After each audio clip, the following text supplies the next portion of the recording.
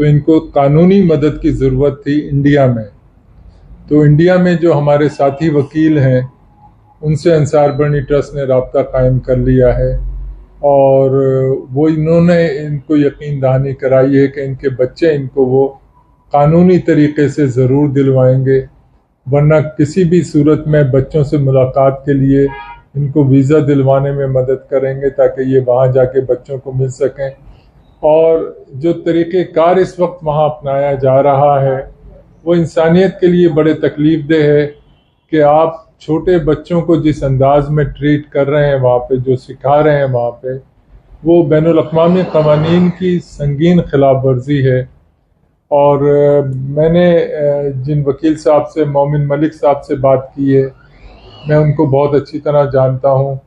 انہوں نے بہت پہلے بھی کام کیے ہیں ہیومن رائٹس کے ریفرنس سے. ابھی پھر انہوں نے یقین دہانی کرائی ہے غلام کو کہ اس کے بچے اس کو وہ ہر حال میں دلوا کے قانون کے طریقے سے رہیں گے. اس میں کوئی ایسی چیز نہیں ہے جو قانون سے ہٹ کے ہو. قانون اجازت دیتا ہے. انہوں نے مجھے وکالت نامہ دیا ہے اور میں اس اتھارٹی کو استعمال کرتے ہوئے یہ وکالت نامہ مومن ملک ایڈوکیٹ کو انڈیا بھجوا رہا ہوں تاکہ وہ وہاں پہ ان کی بیوی سے جو بچے لے کے گئی ہیں ان کی واپسی کے لیے کوئی انتظامات کر سکیں، کیونکہ مجھے ڈر یہ ہے کہ ان کی بیوی اور بچوں کی زندگی کو بھی خطرہ لاحق ہو سکتا ہے. تو ان کا وطن واپس آنا بچوں کا تو لازم ہے کیونکہ وہ انڈر ایج بچے ہیں، اور اس کی تحقیقات پاکستان میں بھی ضروری ہے، انڈیا میں بھی ضروری ہے کہ وہ یہاں سے 4 بچوں کو لے کے کس کے ساتھ گئی تھی. جس کے ساتھ گئی تھی اگر اس کا چہرہ آ جائے گا تو پوری کہانی پاکستان میں بھی اور انڈیا میں بھی سب کو سمجھ آ جائے گی کہ اس کے پیچھے کس کے ہاتھ ہیں. سر محمد ملک صاحب جو ہیں ان کی کیا قابلیت، مہارت کیا ہے کہ وہ کس طرح مدد کر سکتے ہیں؟ مومن ملک صاحب کو جس حد تک میں جانتا ہوں، میری ان کی کافی ملاقاتیں ہیں اور وہ پاکستان بھی تشریف لا چکے ہیں، ہم انڈیا میں بھی ملے ہیں. وہ ہیومن رائٹس کے کیسز جو ہیں، بلکہ سمجھوتا ایکسپریس کا جو میٹر تھا اس میں بھی مومن ملک کا بڑا کردار رہا ہے ان کے کمپنسیشن دلوانے کا لواحقین کو. تو مجھے امید ہے کہ انصاف ہوگا، ضرور ہوگا. اور یہ انسانیت کا مسئلہ ہے، لاء کا مسئلہ ہے، قانون کا مسئلہ ہے. قانون اس بات کی اجازت نہیں دیتا اس عورت کو کہ بغیر شوہر کے اطلاع کیے ہوئے 4 بچے لے کے چلی جائے. یہ اس نے خلاف ورزی پاکستان میں کی ہے. انڈیا میں جب انٹر ہوئی ہے تو اس کو 2 دن میں ضمانت مل گئی. اس کے پیچھے کس کے ہاتھ تھے، کیا وجوہات تھیں؟ جو شخص اس کو لینے آیا اس نے کہا کہ میں اس کو نہیں جانتا، تو پھر اس کو ضمانت کیسے ملی؟ ضمانت ملنا کئی مشکوک سوالات کو جنم دے رہی ہے، مشکوک ہوتی چلی جا رہی ہے. ہم چاہتے یہ ہیں کہ قانون کے عین مطابق اس کے بچے اس کو ملنے چاہیے، یہ اس کا حق ہے، کیونکہ وہاں جو ان کی صورتحال ہے وہ اطلاعات کے مطابق میں بھی رائٹ میں بھی رونگ کہ کچھ اچھی صورتحال یہاں نہیں سمجھ میں آ رہی ہے. سر جو رگو پورہ اور یہ یوپی کا ایریا ہے وہاں پر خواتین اور بچیوں کے معاملے میں بڑے وہاں پر اسکینڈل بڑے رپورٹ ہوتے ہیں. دی گارڈین، بی بی سی اور بڑا بڑا میڈیا رپورٹ کرتا ہے کہ وہاں انٹائز کر کے بچوں کو لایا جاتا ہے. تو آج بھی ہم ویڈیوز وہاں کی دیکھتے ہیں تو صورتحال یہ آتی ہے کہ بچوں کو وہ مرد لے کے جا رہا ہوتا ہے، وہاں پہ آ رہا ہوتا ہے جس کا ان بچوں سے کسی بھی قسم کا ریلیشن نہیں ہے. وہ پولیس اور وہ انڈین قانون کہاں ہیں؟ ان سے کوئی سوال پوچھنے والا نہیں ہے کہ بچوں کو کس حیثیت سے لے کے باہر گھومتا ہے؟ دیکھیے، جو وکیل صاحب ہیں وہ پولیس سے بھی سوال پوچھیں گے اور عدالت کو مطمئن بھی کرنا پڑے گا. اور جن علاقوں کا آپ نے ذکر کیا ہے ان علاقوں کی اطلاعات اچھی نہیں ہیں، وہاں بچوں کو بھی استعمال کیا جاتا ہے. بچوں کے بہت ساری اطلاعات ہیں جو میں اس وقت کہہ نہیں سکتا کیونکہ قانون کے مطابق اب ساری کارروائی ہوگی اور وہاں ساری چیزیں ثابت کی جائیں گی. لیکن بچوں کا اس کو ملنا یہ اس کا حق ہے، اس کو کوئی نہیں روک سکتا، چاہے وہ پاکستان کی عدالتیں ہوں یا انڈیا کی عدالتیں ہوں یا دنیا کی کسی بھی عدالت میں معاملہ ہو. یہ اس کا رائٹ ہے. بچے انڈر ایج ہیں، ان کو اس طریقے سے استعمال کرنا سیاست کے لیے یہ ہیومن رائٹس کی خلاف ورزی ہے، یہ چائلڈ رائٹس کی خلاف ورزی ہے. اور اس کے لیے ہر طرح سے آواز اٹھانی، ہر ذی شعور شخص کی ذمہ داری ہے، اور میں یہ کہتا ہوں کہ انڈیا میں بھی بہت اچھے لوگ بستے ہیں اور وہ اس پہ آواز اٹھائیں گے۔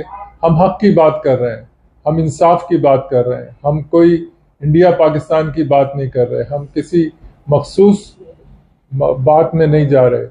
ایک باپ اپنے 4 بچوں سے محروم ہے، وہ انڈر ایج بچے ہیں، پاکستان سے کیسے نکلے، انڈیا کیسے پہنچے، دونوں اللیگل طریقے اپنائے گئے۔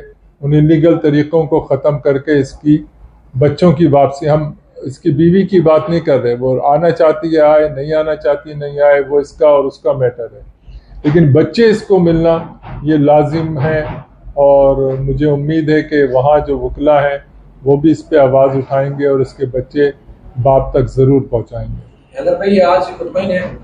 جی شاہد بھائی بالکل جیسے انصار برنی صاحب ہیں جو آگے بات کروائی، کیا نام ہے وکیل صاحب کا، مومن ملک صاحب سے بھی بات ہوئی، وہ بہت ساری اچھی باتیں کر رہا تھا۔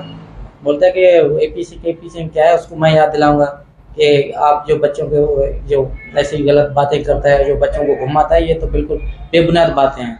ابھی اے پی سی کو بھی میرے خیال سے ٹکر کا وکیل ملا ہے، اس کو بھی بولتے ہیں آپ بھی تیار ہو جانا، جو آپ نے اتنا عرصہ بچوں کے ساتھ سمجھو ایک زیادتی ہے، چھوٹے بچوں کو گھمانا۔ آج شاید بھائی ویڈیو بھی آیا تھا، آپ نے خود دیکھا، کوئی نہ ماں ساتھ ہے نہ کوئی ساتھ ہے نہ کوئی بڑا، وہ اکیلا ڈرائیو کر رہا ہے، 4 بچے میرے ان کے ساتھ ہیں، یہ بالکل قانون کی خلاف ورزی کر رہے ہیں۔